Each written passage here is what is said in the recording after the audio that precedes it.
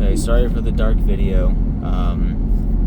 Just want to give you guys a quick update. You know, whenever something medical happens, I try to give you guys an update right away while it's fresh in my head. So I'm on my way back from the hospital, from the emergency room rather, because I thought I was having a heart attack. Legitimately, like I was full on like, oh, so this is what a heart attack feels like. So this is the end.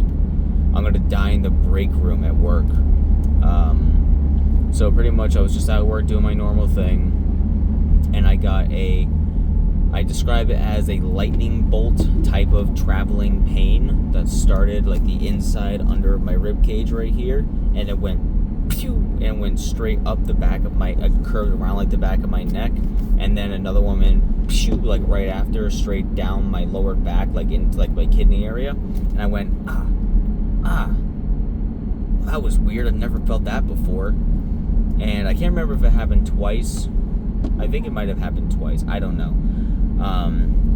But either way, I was like, well, that was weird. Must have twisted something while I was lifting heavy pallets the past couple days.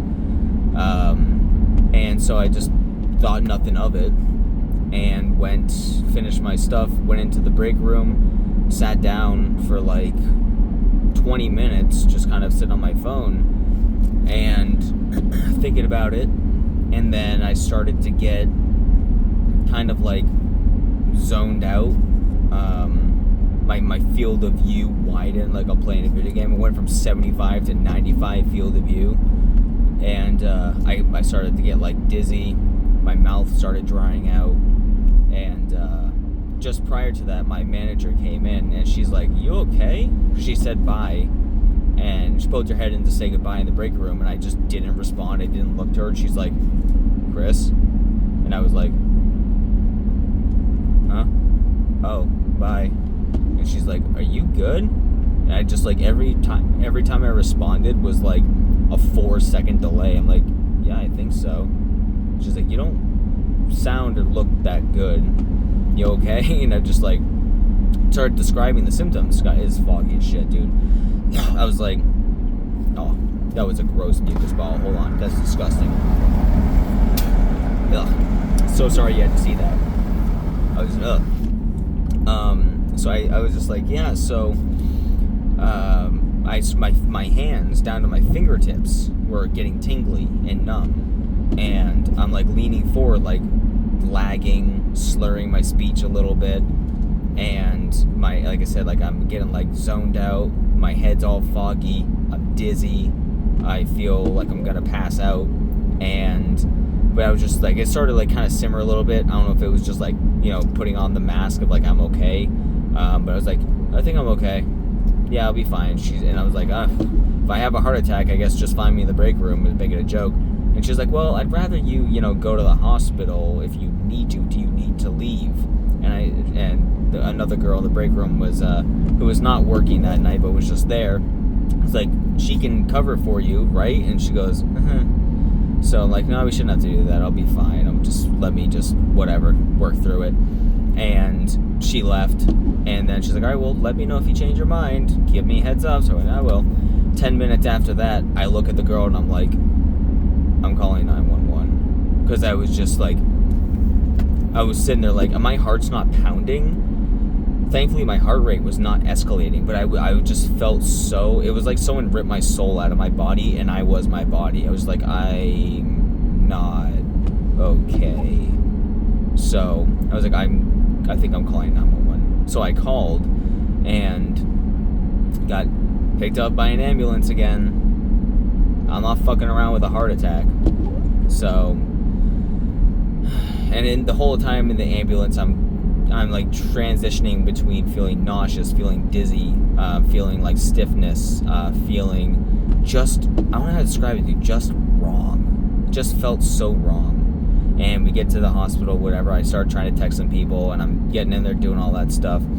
And I'm sitting, they get me checked in, I go into the break room, my mom's there, my sister's there now, because I let them know, and because I'm going to need a ride back to my car.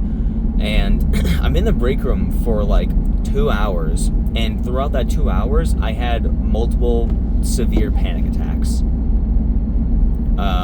like, legitimately, I had not had a panic attack this bad in, like, 15 years. I sat... Oh, I just heard some frogs chirping. I was sitting in a wheelchair because I couldn't walk. I was too dizzy to walk, so they had me in a wheelchair.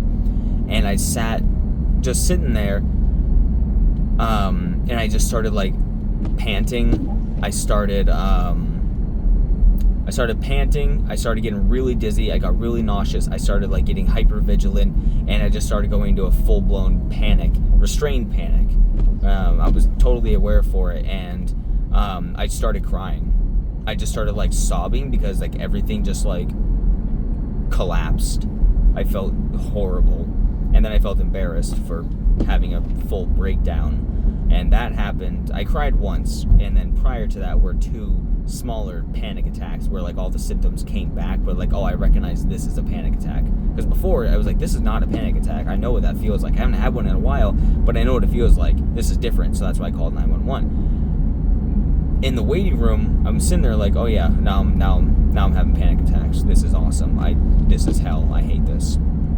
So I eventually get in there and whatever, and I get into a room. It was awful. There was like 20 people in the waiting room. It sucked.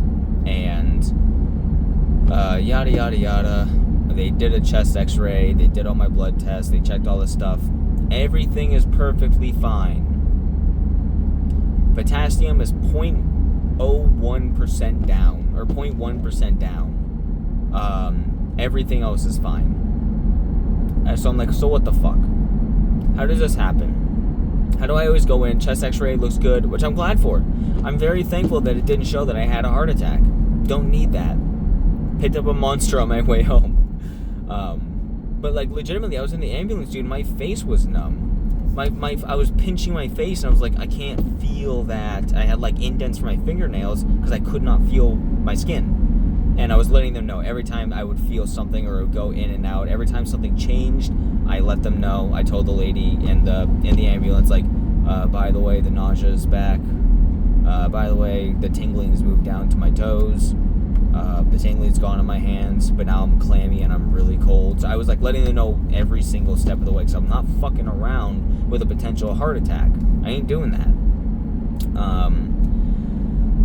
So at the end of it all, my doctor told me that what they assumed to be the pain likely pinched vagus nerve from me lifting all the pallets and doing all that stuff, and then all the other symptoms that were coming after that was a syncope response, your body